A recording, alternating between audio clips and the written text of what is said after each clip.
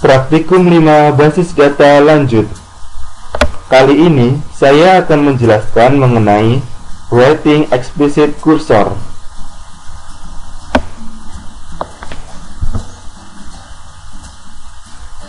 Objective: distinguish between an implicit and explicit cursor.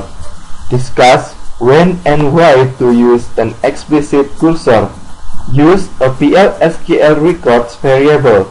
Write a cursor for loop. Pada bab kali ini, yang akan kita bahas yaitu mengenali antara implicit dan explicit cursor. Setelah itu, mendiskusikan kapan dan kenapa kita harus menggunakan explicit cursor. Lalu, kita akan belajar menggunakan PL/SQL record variable. Setelah itu kita akan belajar menulis kursor untuk for loop.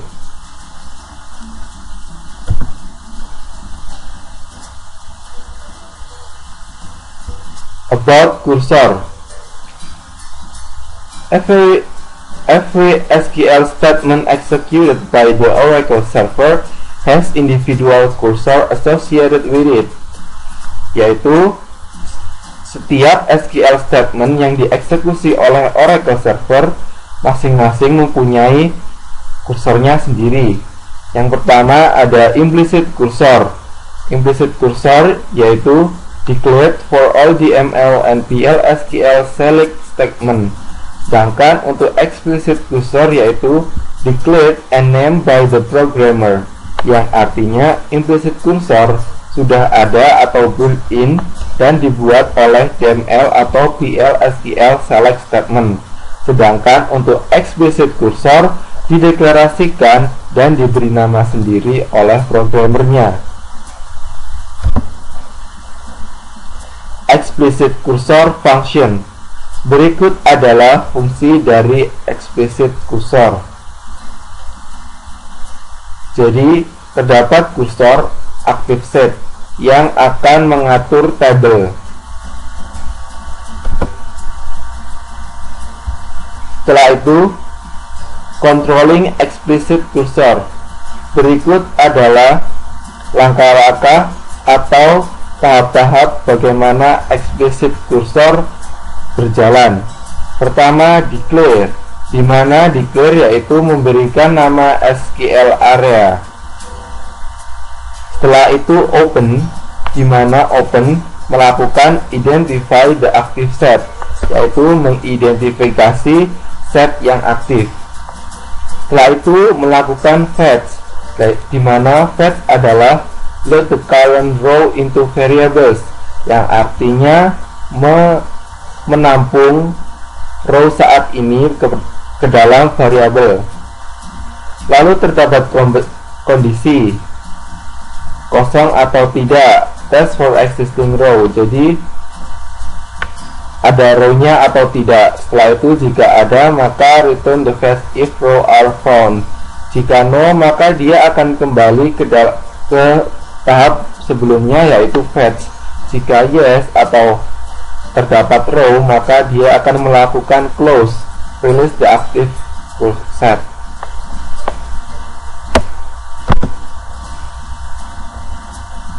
Controlling explicit cursor. Untuk mengontrol explicit cursor ada 3 cara, yaitu open the cursor, yaitu cursor pointer seperti pada gambar di bawah ini. Setelah itu fetch a row. Fetch row akan berlanjut hingga kursor pointernya tidak menemukan row lagi. Setelah row habis atau kosong maka close the cursor.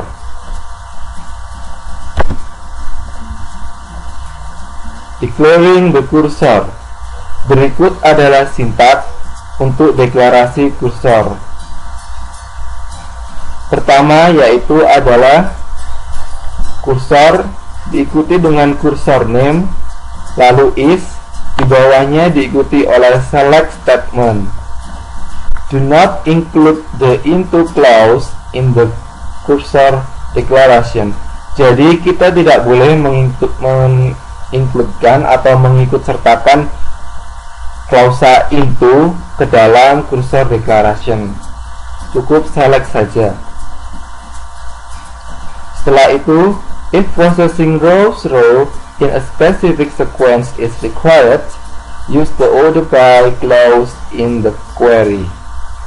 Contohnya seperti di bawah ini.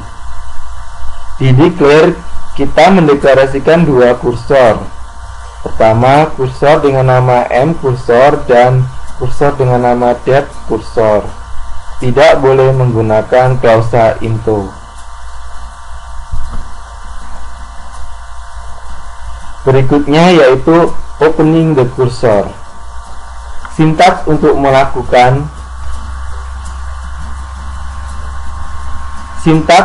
melakukan pembukaan kursor yaitu seperti berikut. Open cursor name. Open the cursor to execute the query and identify the active set. If the query returns no rows, no exception is raised. Use cursor its attribute to test the outcome of the fetch.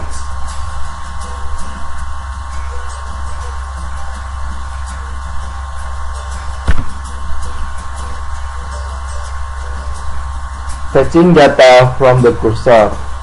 Sintaks untuk melakukan fetching data from the cursor yaitu sebagai berikut. Fetch diikuti dengan nama kursor into untuk memasukkan variabel 1, variabel 2 dan seterusnya. Retrieve the current row values into variables. Jadi yang diterima adalah row saat ini dalam variabel. Include the same number of variable. Match each variable to correspond to the columns positionally. Test to see whether the cursor contains rows. Contohnya seperti berikut. Loop fetch diikuti dengan nama kursornya yaitu di sini m_cursor into v_mno v_ename yang merupakan variabel. Closing the cursor. Sintaks untuk menutup kursor yaitu close diikuti dengan cursor name. Close the cursor after completing the processing of the row. Tutup kursor setelah melakukan proses secara komplit pada rows. Reopen the cursor if required. Buka kursor jika diperlukan saja. Do not attempt to fetch data from a cursor after it has been closed.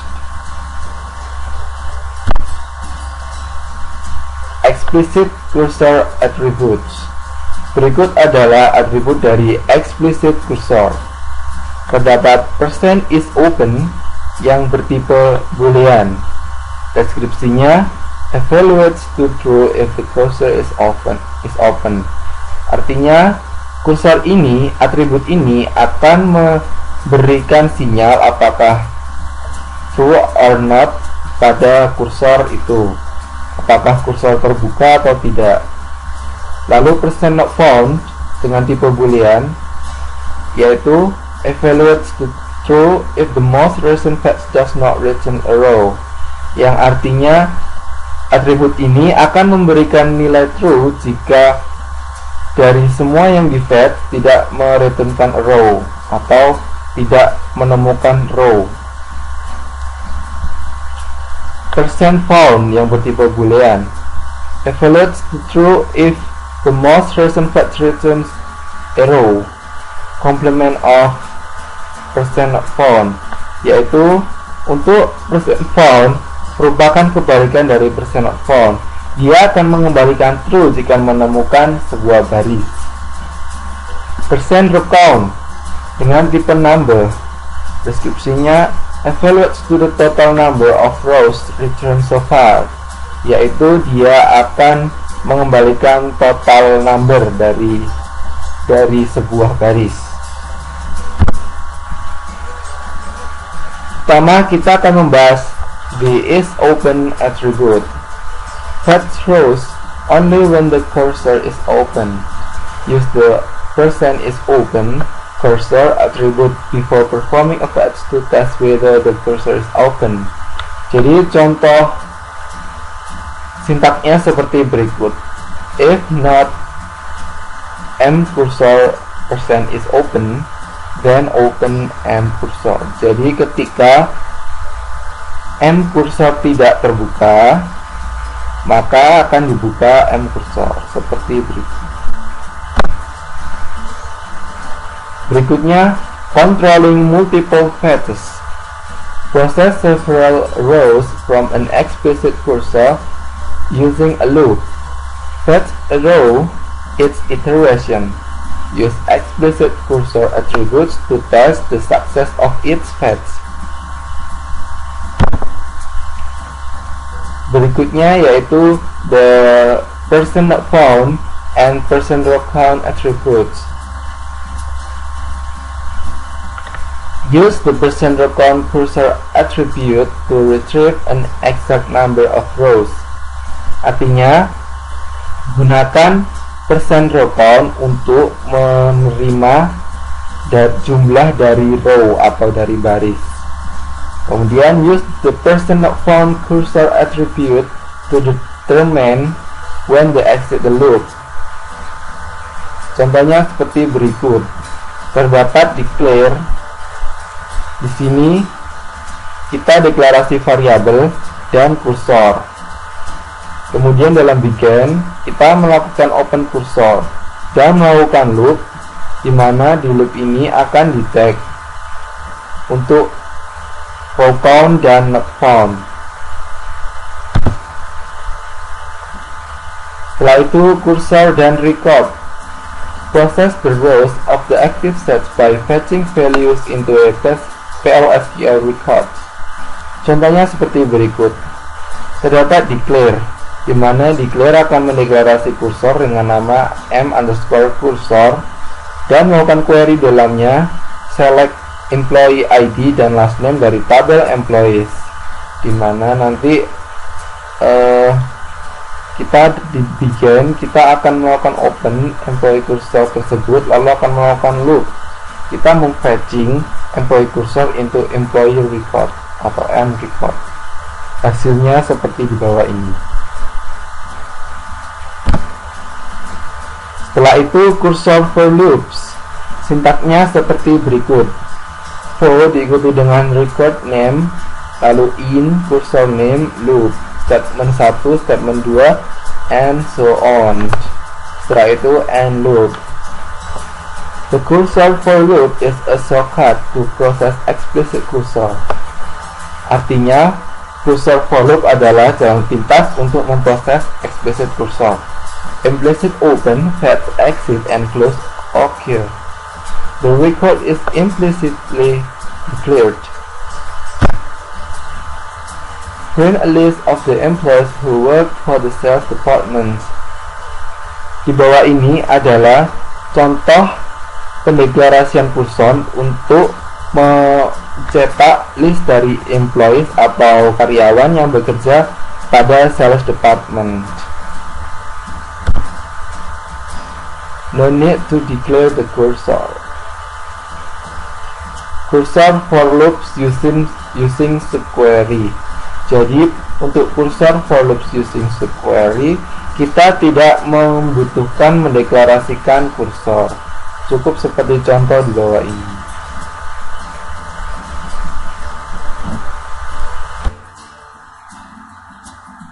Kita masuk dalam latihan soal.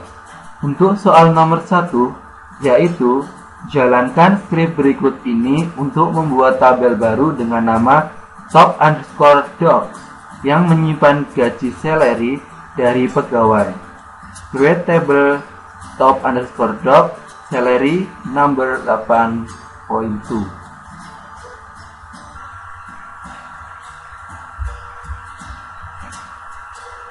Berikut jawaban soal nomor 1.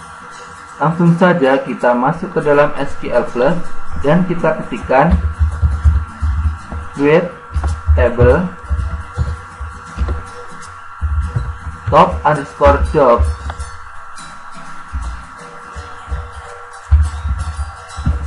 kita buat kolom salary dengan tipe data number, di mana terdapat 8 angka di depan koma dan 2 angka di belakang koma.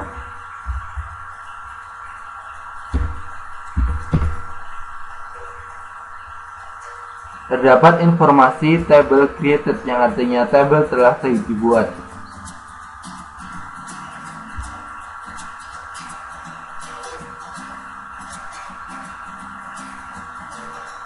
Selanjutnya kita akan menjawab soal nomor 2. Buat program PLSQL untuk menyimpan data N pegawai yang memiliki gaji tertinggi.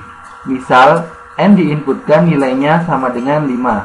Berarti menampilkan 5 pegawai yang memiliki gaji tertinggi. Keterangan, gunakan perintah define untuk menyimpan nilai N. Lewatkan nilainya pada blok PLSQL blok melalui variabel substitusi ISQL+. Jika 2 pegawai memiliki gaji yang sama, maka nilai gaji cukup disimpan sekali saja. Simpan nilai gaji dalam tabel top job. Uji program dengan memasukkan nilai N yang tidak umum, misal N sama dengan 0 atau N lebih dari jumlah pegawai dalam tabel employee. Kosongkan isi tabel sebelum diisi dengan nilai gaji tertinggi.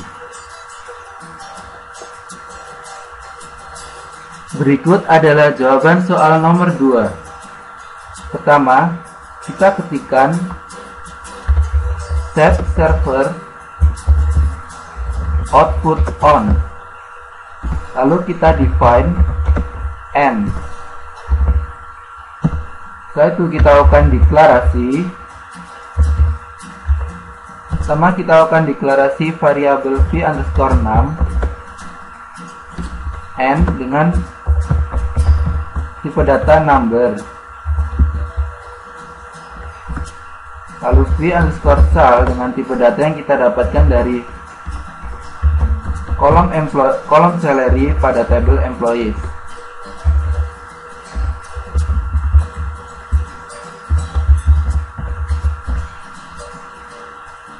Setelah itu kita membuat kursor dengan nama sel kursor.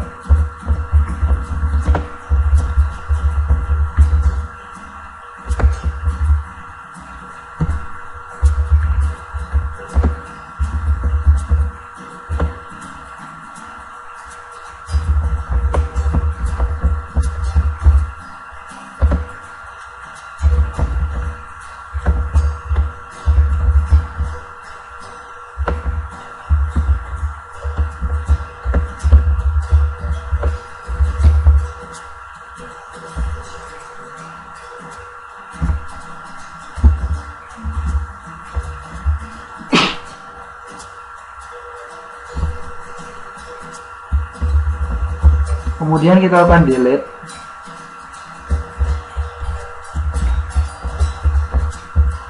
Top job. Open sel kursor untuk membuka kursor. Setelah itu lakukan loop untuk melakukan fetch.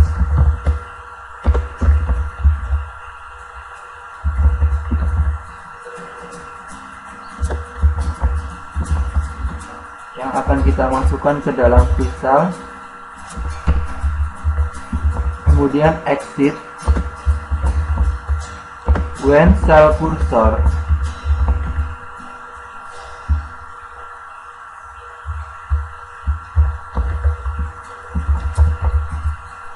row count lebih besar dari N.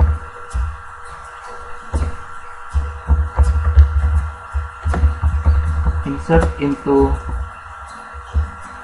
top jobs dengan values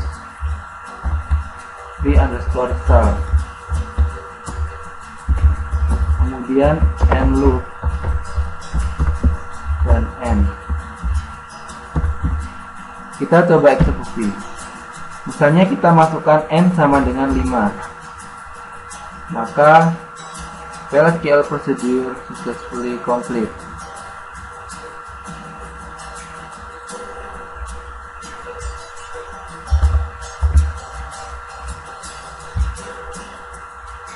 Kemudian kita coba dengan N sama dengan 0, maka exit. Misalnya kita coba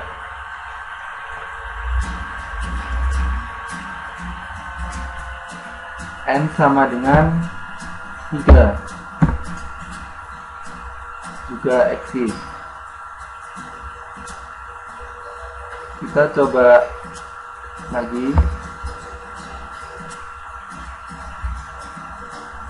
N sama dengan 1.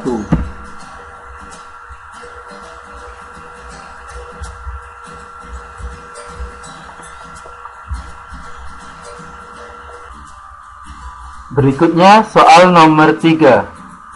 Buat program PL/SQL untuk menampilkan data pegawai yang meliputi last name, salary, dan manager ID yang bekerja di departemen tertentu. Tentukan nomor departemennya, letakkan dalam variabel substitusi.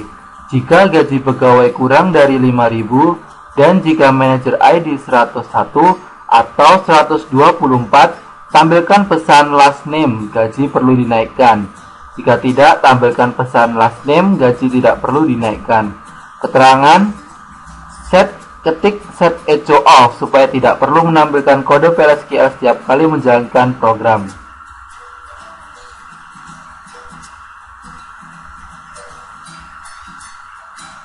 Berikut jawaban soal nomor 3.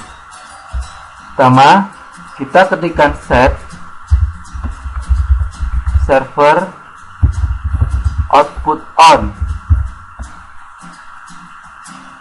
lalu kita ketikkan set echo off, lalu kita lakukan define p department ID, kita inisialisasi dengan 10. Setelah itu declare, kita buat kursor dengan nama employees cursor.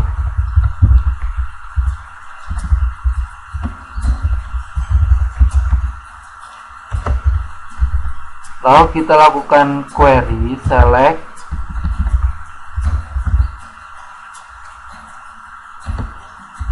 last name, salary, manager ID from employees, where department ID sama dengan ampersand p underscore department ID.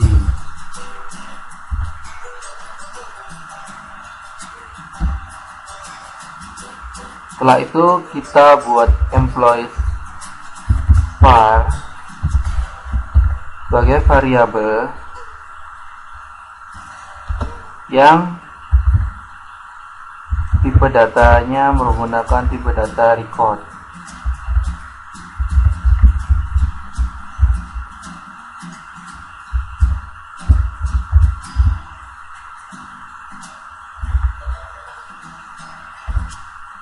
Seperti ini. Setelah itu begin, kita akan looping for employees var in employees cursor loop. Lalu jika employees var dot salary kurang dari 5.000,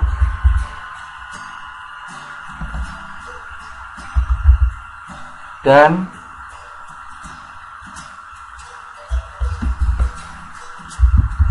employees var dot manager ID sama dengan 101 or employees var .manager ID sama dengan 124,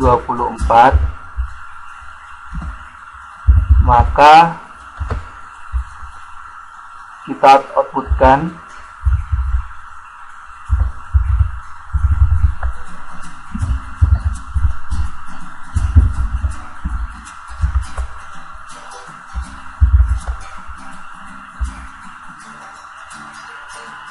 yaitu employees var dot last name kita gabungkan dengan gaji perlu dinaikkan.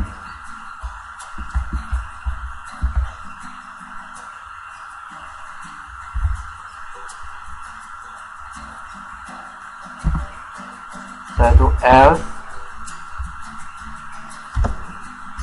dbms output dot put line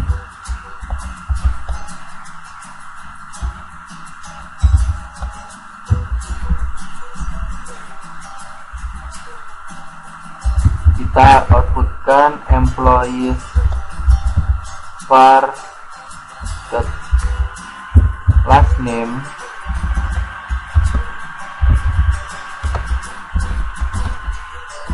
gaji, kalau kita gaji tidak perlu dinaikkan.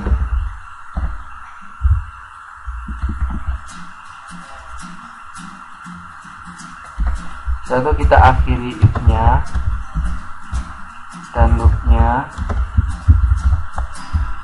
lalu programnya. Jadi yang keluar yaitu Walen gaji tidak perlu gaji perlu dinaikkan. Lalu kita coba kopikan lagi dengan departemen ID yang berbeda.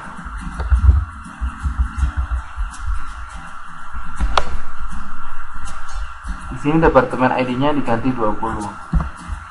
Maka file gaji tidak perlu dinaikkan. Dan juga ada hairstand gaji tidak perlu dinaikkan.